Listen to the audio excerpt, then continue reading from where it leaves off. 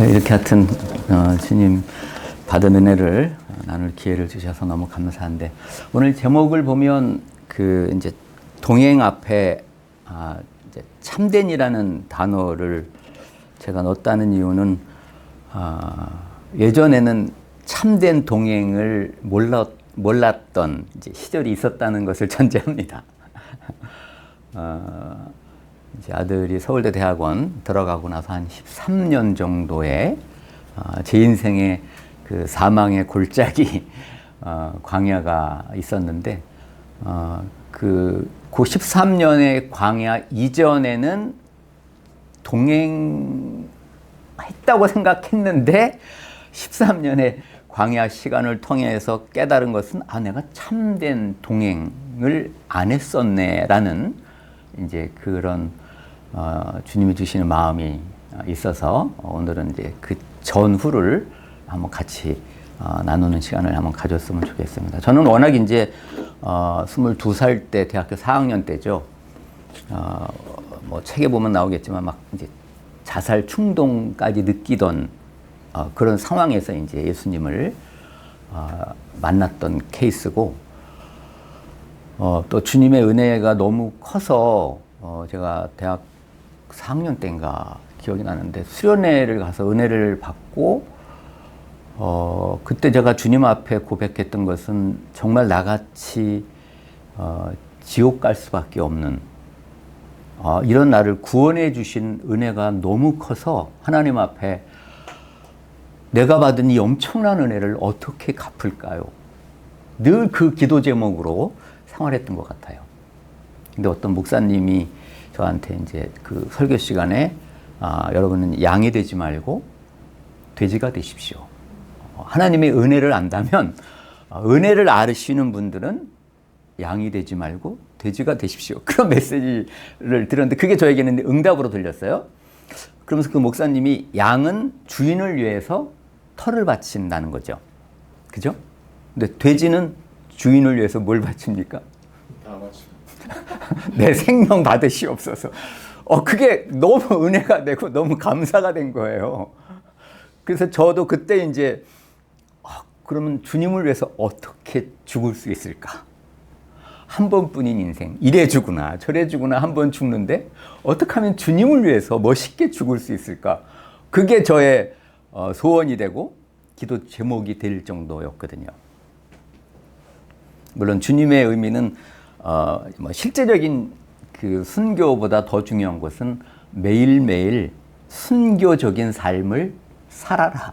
이제 그런 걸로 이제 저에게 정해졌고, 이제 은행 들어오면서 이제 일터 선교사로 하나님이 이제 헌신하게 하셔서, 물론 은행 들어올 때 이제 또 특별한 하나님의 그런 은혜가 있었고, 그 일터 선교에 눈을 뜨게 하신 이제 계기가 이제 책에도 나와 있긴 하지만, 그래서 이제 평생 일터에 이제 하나님의 나라를 이루어가는 일, 그리고 핵심이 이제 제자 삼는 사역.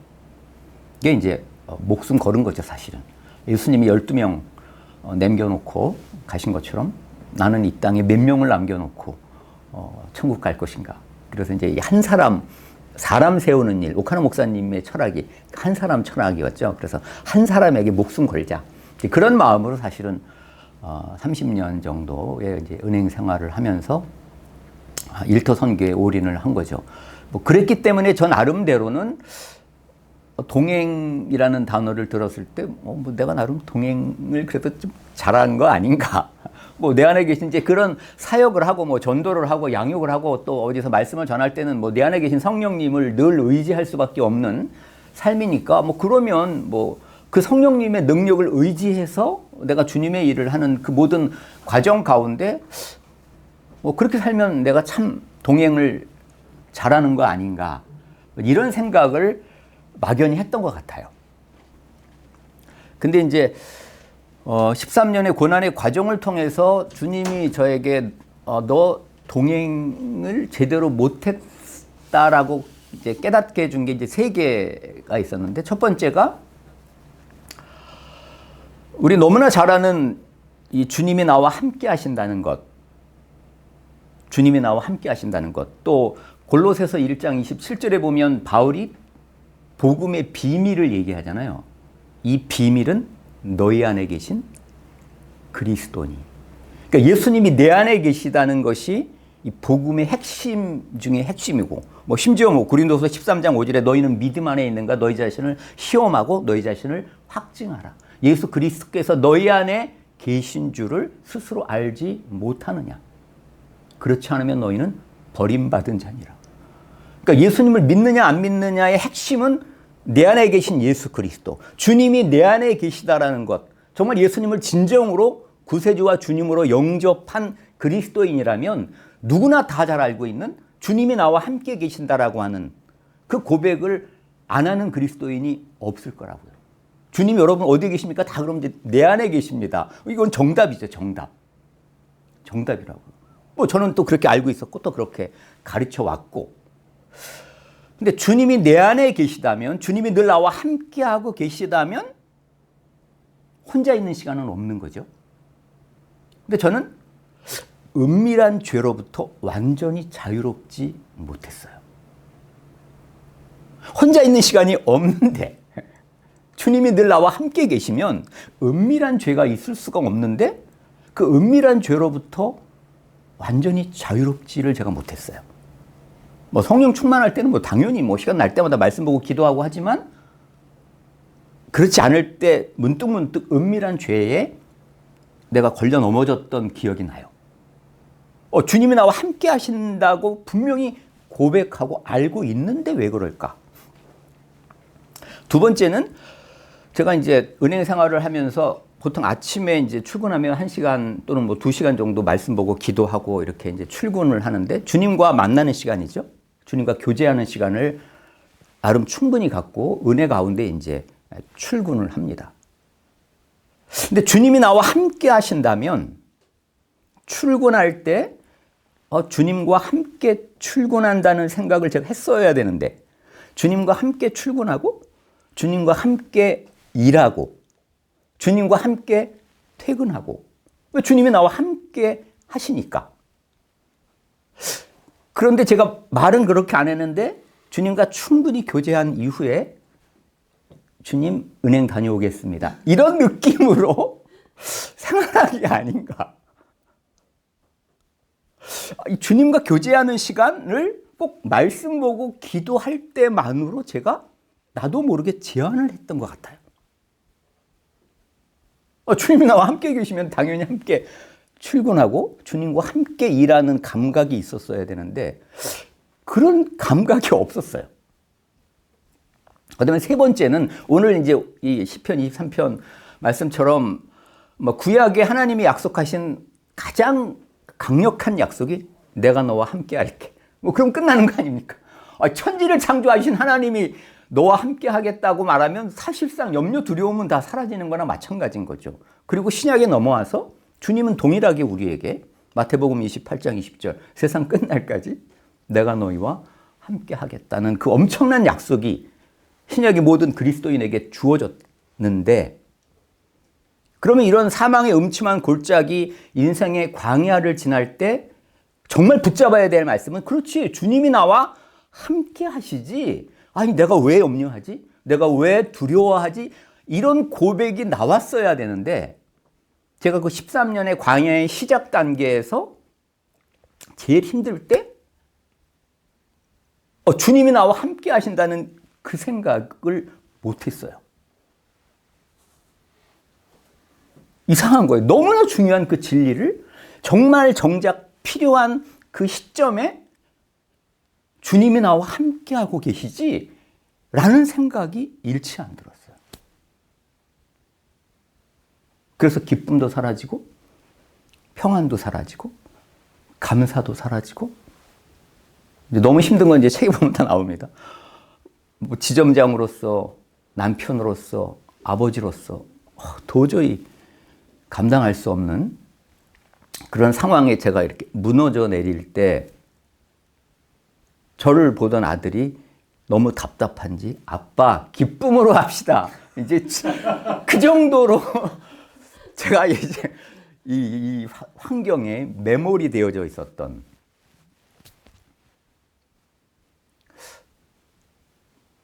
그 세 가지가 저에게는 이제 결정적으로 주님이 나와 함께 계신다라고 하는 이 엄청난 진리가 소위 그게 동행이라는 것이 나에게 실제가 되지 못했다는 거죠.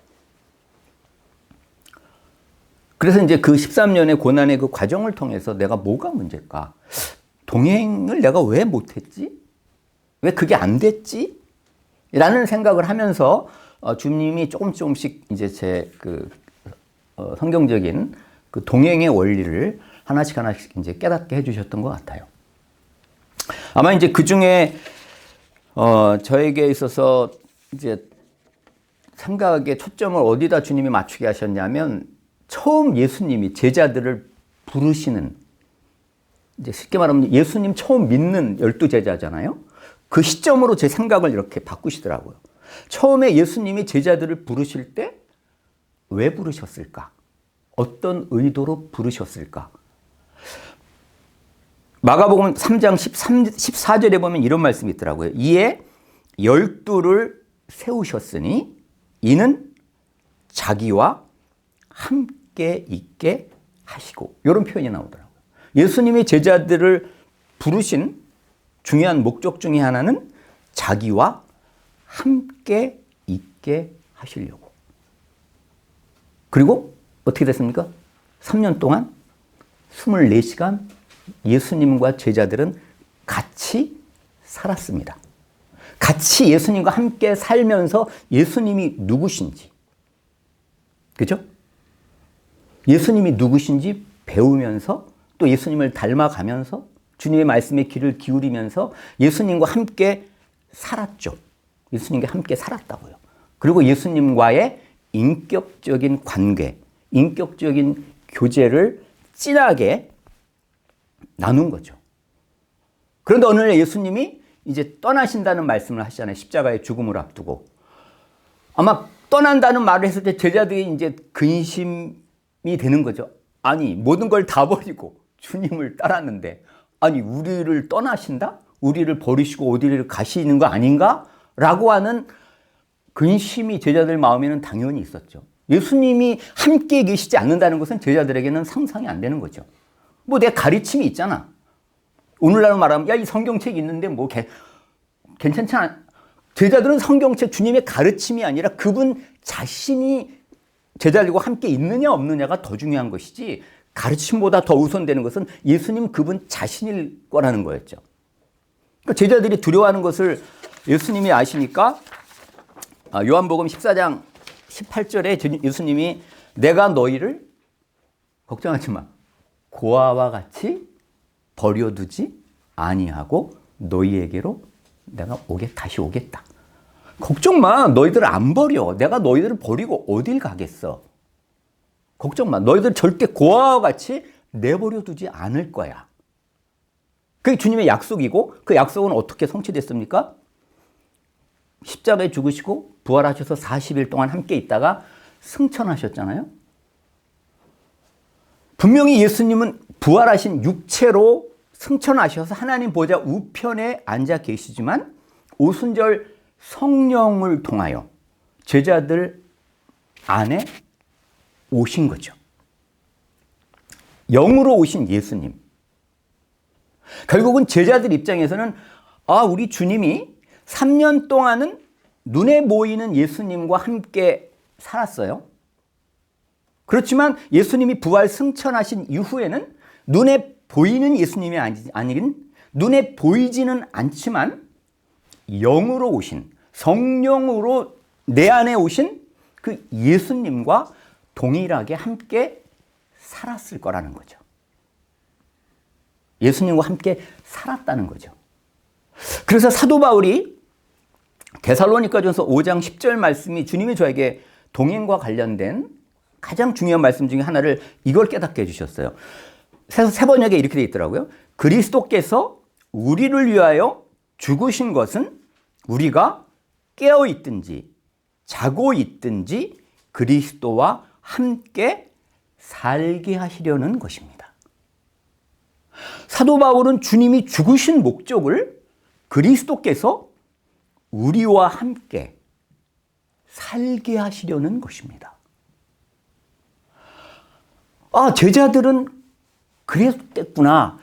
눈에 보이는 육체로 오신 예수님과 3년 동안 함께 살다가 부활 승천하신 이후에는 영으로 오신 예수님과 함께 살았겠구나. 부부가 함께 살듯이 제자들은 예수님과 함께 산다는 개념으로 신앙생활을 했겠구나. 아, 신앙생활은 그저 교회를 열심히 다니는 것이 아니라 모든 삶의 영역에서 24시간 예수님과 함께 사는 삶이로구나 하는 것을 제가 깨닫게 된 거죠. 주님과 함께 산다는 생각이 들어오면, 그렇지, 당연히 주님과 함께 산다면 집에서뿐만 아니라 교회에서뿐만 아니라 길을 갈 때든 일을 할 때든 늘 주님과 함께 살면서 주님께 배우고 주님의 인도하심을 받는 삶이 자연스럽게 들어오게 되는 거죠. 아마 제자들은 주님과 함께 살 때 아침에 눈을 뜨면 누구 바라봤을까요?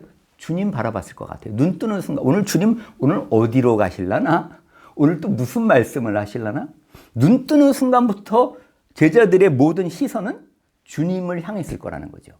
눈에 보일 때도 당연히 그랬지만 아마 영으로 예수님이 제자들의 마음 안에 오셨을 때도 내 안에 계신 예수님, 부활의 주님, 그 영광의 주님께 귀를 기울이고 그 주님의 인도하심을 받았을 거라는 거죠.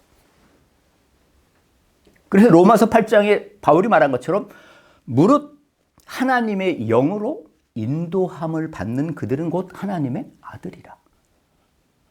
믿는 자와 안 믿는 자를 구분하는 것을 하나님의 영으로 인도함을 받느냐 안 받느냐. 만일 너희가 성령으로 살면 성령으로 행할지니.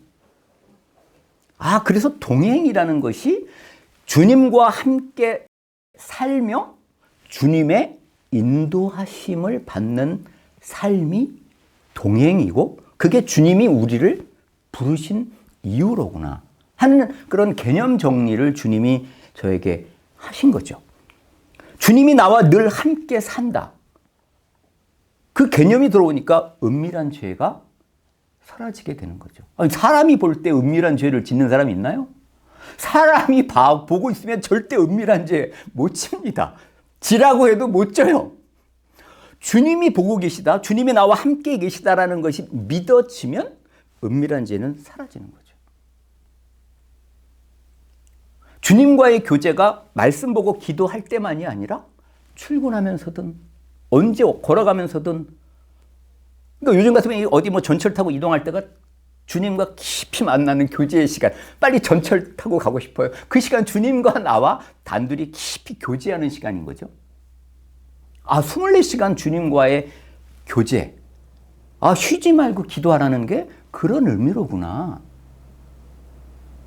옛날에는 몇 시간을 기도해야지 내가 도대체 쉬지 말고 기도하는 거지? 뭐 이런 생각을 한 적도 있었는데, 24시간 주님이 나와 늘 함께 하시면 주님과 늘 대화하고 주님과 교제하는 시간이 가능한 거죠. 물론 따로 시간을 떼어놓는 시간이 절대적으로 필요하긴 하지만 그런 주님의 동행의 개념을 저에게 이제 정리를 해주신 거죠. 그리고 이제 그 고난의 상황 가운데 이제 그 동행이 어떻게 이제 적용이 과연 되어질 것인가. 그래서 과연 이 다윗이 고백한 이 고백이 그런 사망의 음침한 골짜기 또 광야 가운데 그 동행의 눈이 뜨이면 어떻게 실제적으로 이제 적용이 될 것인가에 대한 문제에서 주님이 저에게 3가지를 또 알려주셨는데, 첫 번째, 고난의 실제 이제 그 사망의 음침한 골짜기로 실제로 들어가 보니까 뭐가 이제 어려운 거냐면, 이제 알겠어요. 주님이 이 힘든 이 상황 속에서 나와 함께 계신다는 것은 이제 분명히 믿어져요. 근데 주님 이렇게 내가 간절히 기도하고 이 힘든 상황을 다 보고 계시고 알고 계시는데, 아니 왜 내 기도 응답 안 해주시고 왜 좀 힘든 상황 왜 안 바꿔주시나. 이제 그게 이제 이해가 안 되는 거죠. 아니 그 전능하신 주님이 나와 함께 계시는데 아니 왜 이 상황을 왜 안 바꿔주셔. 그렇게 주님이 나와 함께 하시는 게 믿어져도 그 문제는 또 역시 고민이 되는 거죠. 그때 이제 주님이 주셨던 말씀이 요한복음 14장 1절 말씀이었는데 너희는 마음에 근심하지 말라. 하나님을 믿으니 또 나를 믿어라. 날 믿어. 그 말인 거죠. 나 신뢰 못하니? 나 못 믿겠니? 내가 너를 얼마나 사랑하는지 너 못 믿겠니? 우리가 전능하신 하나님 다 알아요. 그죠? 좋으신 하나님 다 안다고요. 나 못 믿겠니? 절대 주권의 하나님을 우리는 믿어야 됩니다. 참새 한 마리도 하나님이 허락하시지 아니하시면 땅에 떨어지지 않죠. 우리에게 우연이란 없습니다. 의미 없는 고난은 없죠. 모든 것을 합력하여 선을 이루신다는 것 다 알잖아요. 그런 하나님을 믿으라는 거죠. 날 믿어. 내가 허락한 모든 상황은 결국은 모든 것을 합력하여 선을 이루고시고 나중에 분명히 네가 최선이라는 고백을 하게 될 거야. 내가 네 삶을 인도하는 데는 실수가 없단다. 날 믿어라. 날 믿어라. 온전한 신뢰를 주님이 제게 계속 요구하시더라고요. 눈에 보이고 믿을만 해서 믿는 하나님이 아닌 상황적으로는 하나님이 일하시지 않는 것 같고 또 하나님이 정말 좋으신 하나님이시라면 왜 이러시지? 라고 느껴지는 그 상황 가운데 그분이 어떤 분이신가를 우리는 이미 머리로 알고 있잖아요. 자기 아들을 아끼지 아니하시고 내어주신 이가 어찌 그 아들과 함께 모든 좋은 것을 주지 않겠느냐. 우리를 위해서 자기의 생명까지 내어주신 그 하나님이, 그 전능하신 하나님이, 그 절대 주권의 하나님이 나에게 좋은 것 주지 않겠느냐. 지금은 네가 이해할 수 없고 답답할지 모르겠지만 날 믿어라. 날 믿고 모든 상황을 맡겨라. 주님을 온전히 신뢰함으로 맡겨드리지 않으면 평안이 없는 거죠. 평안이 없는 거예요. 아, 믿고 맡겨드리는, 믿고 맡겨드리는. 아, 그 과정을 통해서 제 믿음이 점점 더 단단해지고 믿음의 근육이 강화되어지는 것을 경험한 거죠. 저도 아내도. 믿고 맡겨드리는. 근데 이제 그런 믿음이 이제 뭐 겨자씨만한 믿음만 있어도 주님은 산을 옮길 정도로 그런 믿음은 대충 다 있잖아요. 제가 방금 말씀드린 좋으신 하나님 모든 것을 합력하여 이거 대충 다 아는 이야기거든요. 모든 그리스도인들이 그 정도 믿음은 다 있거든요. 근데 두 번째로 이제 주님이 저에게 알려주신 게 그런 믿음이 있는데도 불구하고 감정이 하루에도 이게 오르락 내리락 하는 상황이 저에게 계속 전개가 됐어요. 제가 이제 제일 힘들었던 것이 이제 아들이 서울대 대학원 들어갈 때 이제 아들은 이제 1급 지체장애까지 이제 병이 이제 진행이 되는 바람에 1급 지체장애까지 갔었는데 아들이 가졌던 꿈이 스티븐 호킹 박사와 같은 정말 세계적인 장애인 과학자가 되는 것이 꿈이었어요. 근데 스티븐 호킹 박사는 무신론자잖아요. 그래서 아들은 거룩한 분노가 있었어요. 지가 뭔데? 지가 뭘 한다고 하나님이 있다 없다 말을 해? 내가 장애인 위대한 과학자가 돼서 하나님의 살아계심을 정말 드러내고 싶은 그 갈망으로 아들이 사실 서울대 대학원을 들어갔거든요. 사실 부모 입장에서는 얼마나 기특합니까? 자기의 장애를 이겨내고. 근데 이제 이게 이제 원래 이 근육병이 이제 혼자 근육에 힘이 약해지는 바람에 혼자 기침을 못 하거든요. 근육이 이렇게 힘이 약해지니까. 원래 기침이라는 것도 이 근육 힘이 있어야 되는 거거든요. 그러니까 이제 기침을 가래가 나오면 가래를 혼자 배출을 못 하는 거예요. 그리고 이제 그것 때문에 이제 숨이 막혀 죽으면 안 되니까. 그러니까 가래가 멈춰야지 이제 다시 학교를 보낼 수가 있는 건데 이놈의 가래가 멈추지 않고 이제 집에서 가래를 빼주려면 이렇게 안아서 침대에 눕혀서 가슴을 이렇게 누르면 이렇게 기침을 이렇게 유발시키는 거죠. 그래서 그 힘으로 아들이 이제 이렇게 해서 이제 가래를 뱉고 이제 그렇게 이제 가래를 빼주는 거죠. 근데 뭐 집에도 하루에도 뭐 수십 번 침대에 올려서 이렇게 가슴을 누르고 하다 보니까 어느 날은 이 기관지가 파열이 됐는지 그러니까 피가 나오고 상처가 생기니까 가래는 더 많아지는 거죠. 많을 땐 정말 하루에 크리넥스 티슈 한 통이 다 날아갈 정도로 몇백만 원어치 샀을 거예요, 그 당시. 이 크리넥스 티슈로 이제 가래 닦아주고 피 닦아주고. 근데 이제 어떤 때 막 그 피가래가 입안에 있으면 막 금방 숨이 막히니까 이제 가슴을 이렇게 확 누르면 이제 세게 누르면 이게 이제 뱉어야 되니까 피가 막 터져 나오는 거죠. 이제 살살 누르면 또 기침이 안 되고. 그러니까 이걸 조절을 해야 되는데 어쨌든 이렇게 눌러서 입에서 막 물콩 피가 나오면 저는 아들이 죽이는 것 같은 거예요. 매번 그 시뻘건 피가 이렇게 내가 눌러서 그게 튀어나오니까 아들을 죽이는 것 같으니까 너무너무 괴로워. 피가 어떻게 이렇게 해서 좀 멈추면 좀 살았다가도 또 조금만 세게 눌러서 피 나오면 또 감정이 요동을 치고. 그러니까 아까 그 믿음이 있어도 이게 하루에도 수십 번 감정이 오르락 내리락 하는 거죠. 그때 주님이 저에게 주신 말씀이 히브리서 12장 2절 말씀인 거죠. 믿음의 주요 또 온전하게 하신 이인 예수를 바라보자.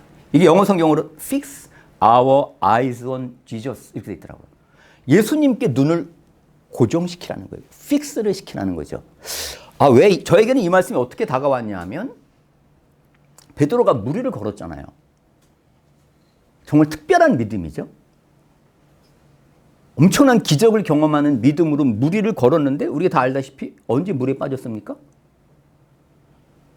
주님 바라보는 시선이 환경으로 딱 바뀌는 순간에 무조건 물에 빠졌다고요. 그 엄청난 대단한 믿음의 소유자인 베드로, 무리를 걷는 그 믿음이 주님을 바라보고 주님의 약속의 말씀을 붙잡고 주님만 바라봤을 때는 안 빠졌는데 환경을 바라보는 순간에 물에 빠졌잖아요.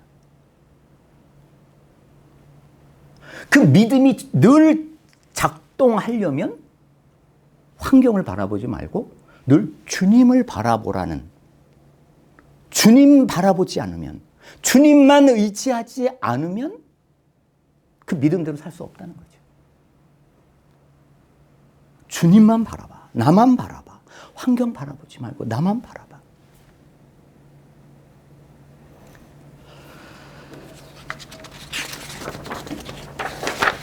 주님께서 그때 저에게 이제 알게 하신 분이 이제 이 프랭크 루박 선교사님을 저에게 이제 알게 하셨는데, 맨 위에 타이틀을 보면 보이지 않지만 주님은 내 안에 분명히 계시잖아요. 공기처럼 보이는 분처럼 바라보며 살자. 모세가 그랬죠. 애구방을 두려워하지 않고 보이지 않는 하나님을 보이는 분처럼 모세가 바라봤듯이 주님이 저에게 네 안에 분명히 살아 역사하시는 그 주님, 일하시고 역사하시는 그 주님을 보이지는 않지만 보이는 분처럼 평생 바라봐야 되겠다. 이게 제가 이제 그때 결단을 했던 내용인데, 이 프랭크 로박 선교사님은 이제 필리핀에서 이슬람 선교를 하신, 필리핀에 이제 언더우드 같은 분이신데, 이분은 미국 우표에 등재된 유일한 선교사님이십니다. 근데 이분의 오로지 목표는 주님과의 친밀한 동행이에요. 그래서 이분이 쓴 일기가 있는데 그 일기에 이제 그런 내용이 있는 거죠. 제 삶에 매 순간마다 하나님을 의식하려는, 주님을 바라보려는 이런 열망을 빼면 지난 52년 동안 제가 향한 모든 것들 가운데 보존할 가치를 지닌 것은 아무것도 없습니다. 매 순간마다 주님 바라보아야 되겠다. 주님 의식해야 되겠다. 주님의 음성을 듣고 주님의 인도하심을 따르는 삶을 살아야 되겠다. 그런 고백이죠. 그런 간절한 갈망이야말로 하늘에 쌓은 제 보화입니다. 제 삶의 순간순간을 주님을 향한 생각으로 가득 채워 주시옵소서. 이분의 이 간절한 기도 제목이 저의 갈망이 되게 하시더라고요. 근데 이제 주님을 의식하는, 늘 나와 함께 하시는 그 주님을 의식하는 게 이게 그렇게 잘 우리가 오랫동안 안 살아왔기 때문에 주님이 잘 생각이 처음부터 잘 안 납니다. 주님을 의식하는 훈련을, 생각하는 훈련을 해야 되겠더라고요.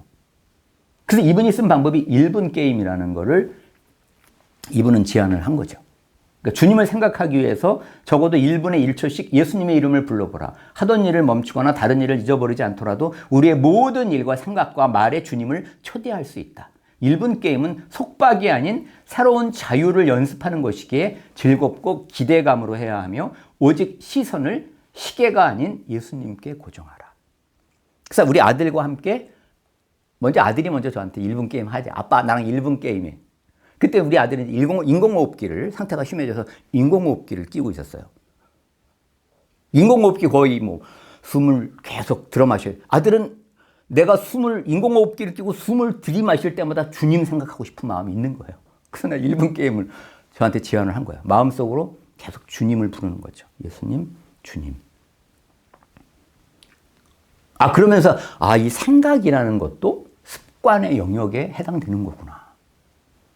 그 주님을 생각하는, 의식하는 훈련을 하다 보니 어느 시점에가 되면 이 나침판이 자성이 없으면 항상 정북을 향하잖아요. 어떤 때는 바쁘게 일할 때는 주님을 잠시 기억 못할 수 있죠. 그런데 바쁜 일을 딱 떠나면 자연스럽게 주님 생각이 나게 되는. 그게 되더라고요.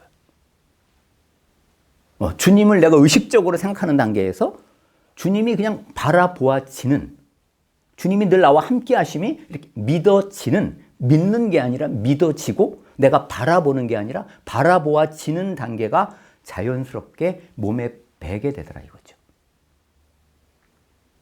그래서 이분의 1분 게임이 저와 우리 아들한테는 굉장히 주님을 바라보고 사는 삶에 있어서 굉장히 많은 유익을 보게 됐어요.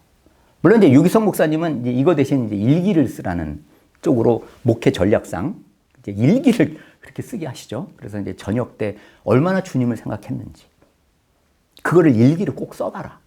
분명히 주님이 주신 은혜도 있는데 그거 써봐라. 이제 일기 쓰는 것을 많이 이제 유기성 목사님은 이제 강조를 하시는 편인데 저에게는 이제 이게 굉장히 많이 도움이 됐습니다.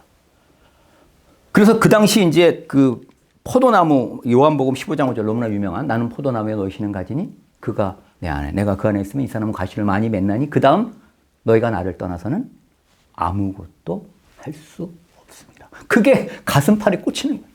그래 내가 한순간도 주님 의지하지 않으면, 주님 바라보지 않으면 정상적인 열매 맺는 삶, 풍성한 삶이 없을 수 있겠구나. 포도나무와 가지 비유 너무나 잘 아시잖아요.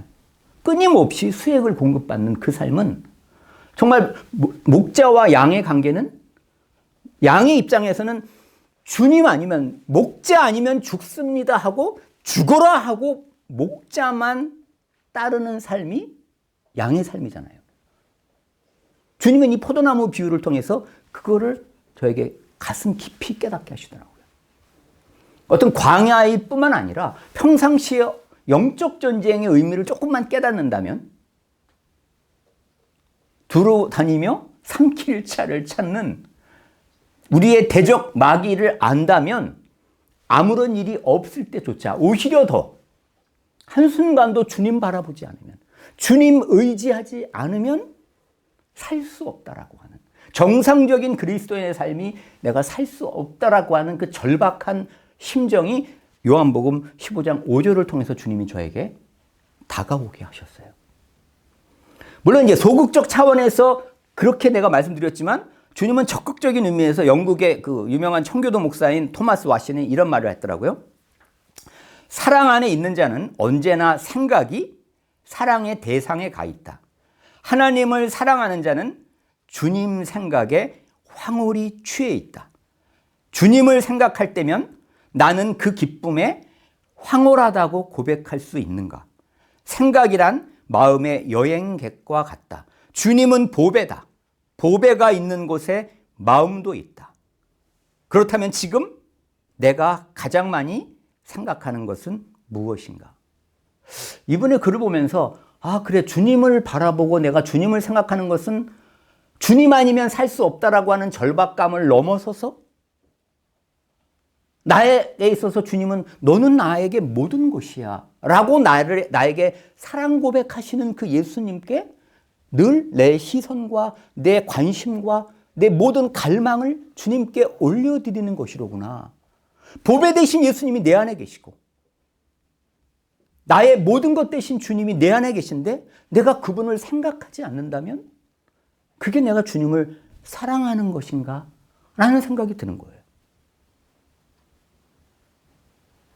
부부가 함께 살 때 뜨겁게 둘이 만나지만 세월이 흘러가면 그냥 가만히 있으면 그 뜨거운 사랑이 저절로 유지되나요? 결혼하신 분들은 절대 저절로 유지 안 되는 것을 우리는 압니다. 노력해야 되죠. 늘 상대방에 대한 관심과 생각과 그런 노력이 있지 않으면 그 사랑이 저절로 유지되지 않습니다. 저도 이제 작년에 이제 40주년, 결혼 40주년이었는데,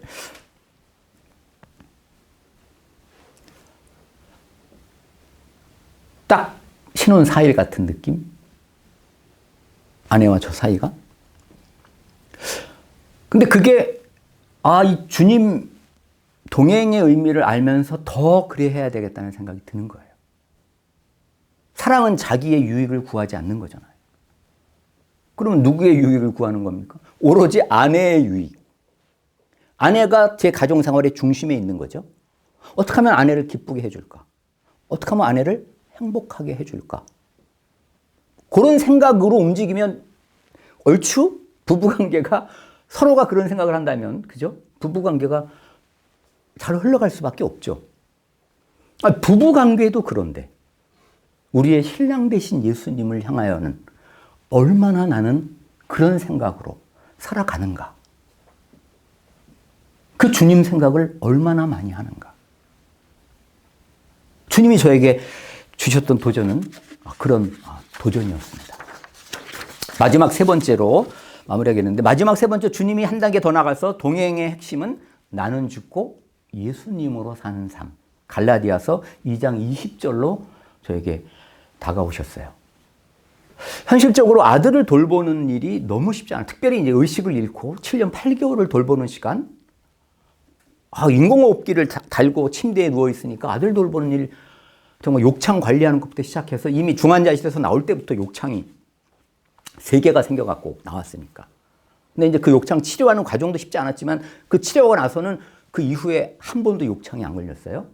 어쨌든 그 아들을 돌보는 일이 너무 힘들고 너무 어렵고, 아까 말한 것처럼 하루에 10번도 일어나서 아들을 돌봐야 되는, 자다가 가래가 막히고 피가 막히면 그냥 죽는 거니까 그 돌보는 과정이 정말 쉽지 않았거든요. 그런 나에게 주님은 이 갈라디아서 2장 20절을 말씀하시더라고요. 너무나 잘 아는 것처럼 갈라디아 2장 20절은 나는 죽었습니다의 고백이죠. 누가 산다고요? 오직 내 안에 그리스도께서 사시는 삶. 네가 아들 돌보니? 내가 너를 통하여 돌보는 거야. 네가 할 수 없는 게 뭐일까? 내가 너에게 허락한 상황이라면 내가 너를 통해서 아들을 돌본다면 너 돌볼 수 있지 않겠니? 그렇죠. 주님이 돌보신다는데. 주님의 지혜로, 주님의 능력으로, 주님의 사랑으로 주님이 나를 통하여 아들을 돌보시고 나를 통하여 살아가신다면 세상에 뭐가 어려운 게 뭐가 있느냐 이거죠.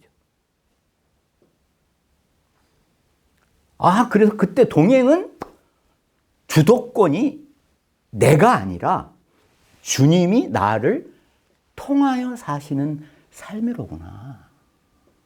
로마서 15장 8절에 사도 바울이 그리스도께서 나를 통하여 역사하신 것 외에는 내가 감히 말하지 아니하노라.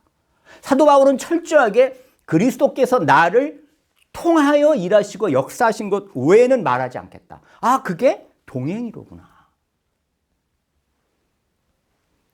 그때부터 제가 아침에 고백한 것이 주님 나는 죽었습니다. 오늘도 주님은 저의 왕이시고 저의 주인이십니다. 오늘도 하나님의 하루입니다.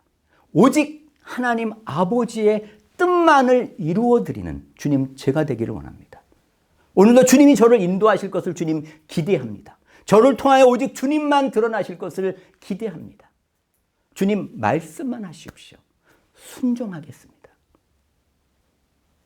그게 이제 저의 고백이 되어지더라고요. 내가 죽었습니다라는 고백, 주님, 내 자녀 지금 죽어가고 있지만 어떻게 될지 모르지만 주님, 내 자녀 주님의 것입니다. 내 가정 주님의 것입니다. 내 인생 주님의 것입니다. 내 사역 주님의 것입니다. 주님 뜻대로 이루시옵소서. 그때서 평안이 몰려오더라고요. 그렇지, 나는 죽었지. 주님이 나를 통하여 사시는 삶이지 나의 옛자아는 죽었지. 자기 의로 뭉쳐져 있는 자아가 죽었다는 거죠. 옛사람이. 내가 이미 죽었는데 주님이 나를 통해서 주님의 삶을 살아가시는 인생인데 내가 뭐가 염려가 되지?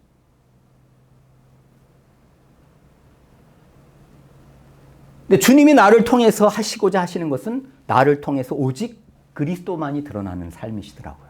주님이 나를 인도하시고자 하는 가장 중요한 일 중에 하나는 오직 나를 통해서 내가 아닌 주님만 드러나는, 주님의 이름만 드러나는, 주님만 영광 받는 삶. 다른 말로 말하면 우리가 소위 말하는 하나님의 형상, 아들의 형상, 예수님을 닮아가는 삶이라고 말할 수 있겠죠. 그 삶이 주님이 나를 통해서 일하시고 역사하실 때 내가 예수님을 닮아가는 삶으로 변화되어지기 시작하더라고요. 그 핵심은 마음, 생각과 감정, 그리고 입술, 이 세 가지가 제가 늘 요즘 계속적으로 적용하고 있는 구절입니다. 주님, 너희 안에 이 마음을 품으라. 주님, 나를 통하여 주님이 살아가셔야 되는데 주님, 내 안에 주님의 마음, 그리스도 예수의 마음, 종의 마음을 날마다 주님 품게 하여 주시옵소서. 종에게 무슨 권리가 있나요? 섬길 뿐이죠. 주님을 섬기고 아내를 섬기고 이웃을 섬길 뿐이죠. 주님, 내 안에 날마다 종의 마음, 주님의 마음을 부어 주시옵소서. 주님, 내 생각을 사로잡아 주시옵소서. 내 생각, 내 뜻, 내 감정은 죽었습니다. 주님의 생각으로 살게 하여 주시옵소서. 모든 생각을 사로잡아 그리스도에게 복종시키라는 말씀처럼 어떻게 하면 주님만을 기쁘시게 할까? 그 생각으로 날마다 가득 채워주시고 그 주님이 주시는 생각에 순종함으로 아버지의 뜻을 이루어드리는 주님 제가 되기를 원합니다. 특별히 감정이 중요한데 주님은 저에게 감정이 바로 곧 너다라는 말씀하셨어요. 네가 느끼는 감정이 지금 너의 영적인 상태다. 예수님이라면 또 정상적인 그리스도인이라면 누려야 될 감정은 평안과 기쁨이더라고요. 하나님 아버지의 사랑 안에서 누려지는 평안과 기쁨.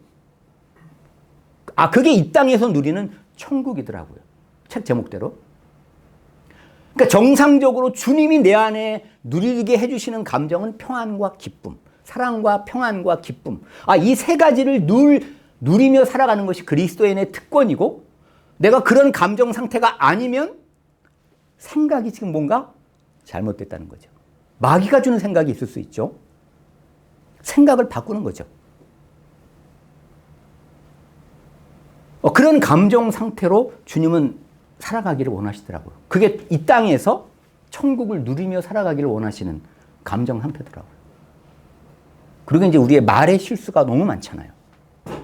말이 많으면 실수가 많고 입에 실수가 없는 자가 완전한 자라고 말한 것처럼 그래서 정말 주님의 인도하심을 받는 일에 있어서는 늘 말 한마디 할 때마다 주님의 인도하심을 받아야 되는 그 훈련이 계속 되어지는 것 같아요. 똑같은 말이라도 관계 속에서 말의 중요성 한마디 한마디 정말 성령의 인도하심, 주님의 인도하심을 따라 말해야 된다는 생각을 하게 되면서 주님이 제 안에 조금씩 이제 예수님의 형상으로 저를 이렇게 바꿔나가시는 것을 경험하게 하시는 것 같아요. 그래서 요즘은 딱 두 가지, 오늘이 내 인생의 마지막이라면 내 입에서 감사와 찬양이 그치지 말아야 되겠다. 날 구원해 주신 은혜만으로도 감사와 찬송이 그치지 않는 삶. 그 다음에 두 번째, 사랑만 하며 살아야 되겠다. 사랑만 하며 살아야 되겠다. 제가 아들을 떠나보내면서 감사한 것 중에 하나는 갑자기 아들이 떠나갔지만 물론 처음에 슬프고 뭐 당연히 허전함도 있고 그렇지만 아쉬움은 없더라고요. 아들을 원 없이 사랑해서. 아들을 원 없이 사랑했기 때문에 아쉬움은 없더라고요. 그게 너무 감사해요. 그런데 사실 우리 주변에 우리가 사랑해야 될 사람들 마땅히 언제 어떻게 주님이 불러가실지 모르잖아요. 그러니까 오늘이 내 인생의 마지막일 수 있다. 내가 또는 저 사람이. 그런 마음으로 원 없이 사랑하는 것이 그게 후회 없는 삶이겠구나 라는 생각을 하면서 그렇게 요즘 살아가고 있습니다. 마지막 그때 제가 가장 힘들 때 썼던 일기 하나만 읽어주고 제가 마치도록 하겠습니다. 그때 2016년 아들이 의식 잃기 직전에 썼던 건데 일부분만 제가 읽어드릴게요. 새벽에 일어나자마자 아들 가래를 빼면서 감사와 찬양이 내 입에서 흘러나오며 행복감이 밀려온다. 한때 감당하기 쉽지 않다고 탄식하기도 했던 고난의 한 복판인데 사는 것이 왜 이렇게 행복할까 생각해 보았다. 무엇보다도 24시간 주님을 바라보며 예수님과 동행하게 되면서 오늘 하루도 나와 내 가정의 왕 되신 주님, 아들의 건강과 생명 그리고 내 가정과 삶 전부를 책임져 주시는 주님이 나와 함께 하루 종일 함께하여 주신다는 사실이 든든한 확신으로 가슴 벅차게 다가오기 때문이다. 그리고 오늘도 내 인생의 마지막 날 같은 소중한 하루를 선물로 주시고 하나님의 자녀로 예수님 안에서 하나님의 의가 되어 천국을 누리며 거룩한 삶을 살게 하심도 얼마나 감사한지 내 안에 왕으로 임하신 주 예수님을 바라볼수록 예수님 한 분만으로 주어지는 감사함으로 눈 뜨는 순간부터 잠드는 순간까지 더욱 행복을 누리게 하시니 오직 주님께 감사와 찬양을 올려드린다. 기도하고 마치도록 하겠습니다. 주님께서 우리에게 고린도후서 3장 18절을 통해서 이렇게 말씀하셨습니다. 우리가 다 수건을 벗은 얼굴로 거울을 보는 것 같이 주의 영광을 보매 그와 같은 형상으로 변화하여 영광에서 영광에 이르느니 곧 주의 영으로 말미암으니라. 우리 안에 계신 부활의 주님, 영광의 주님을 바라볼 때마다 우리는 주님의 형상으로 변화되어지고 오직 정말 주님의 뜻만 이루어드리고 오직 주님만의 영광만을 위해서 살게 하시리라 믿습니다. 우리 안에 날마다 정말 주님을 더 알기 원합니다. 주님을 더 닮기를 원합니다라는 갈망으로 날마다 주님을 사모함으로 주님 앞에 온전히 드려지는 여러분이 되시길 바랍니다. 제가 기도하겠습니다. 하나님 아버지 감사합니다. 오늘 함께 부족한 제 입술을 나누게 하신 것 주님 감사합니다. 날마다 하루하루 순간순간 주님 아니면 한순간도 살 수 없다라고 하는 절박한 심정으로 주님만 바라보며 주님만 의지하며 오로지 주님의 뜻만 이루어드리는 날마다 우리들의 삶이 되게 하여 주시옵소서. 영광의 주님, 그 부활의 주님을 날마다 바라봄으로 말미암아 우리가 잃어버린 하나님의 영광의 형상을 회복하게 하시고 그 아들의 형상을 닮아가는 우리들의 삶이 되게 하여 주셔서 정말 예수님처럼 말하고 예수님처럼 생각하고 예수님처럼 행동하는 우리들의 삶을 통하여 오직 주님 것만 영광 돌려드리고 잃어버린 영혼들을 주님께 인도하는 하나님의 은혜의 통로와 사랑의 통로로 저희들을 사용하여 주시옵소서. 그리하실 우리 주님을 기대하오며 예수님 이름으로 기도했습니다. 아멘.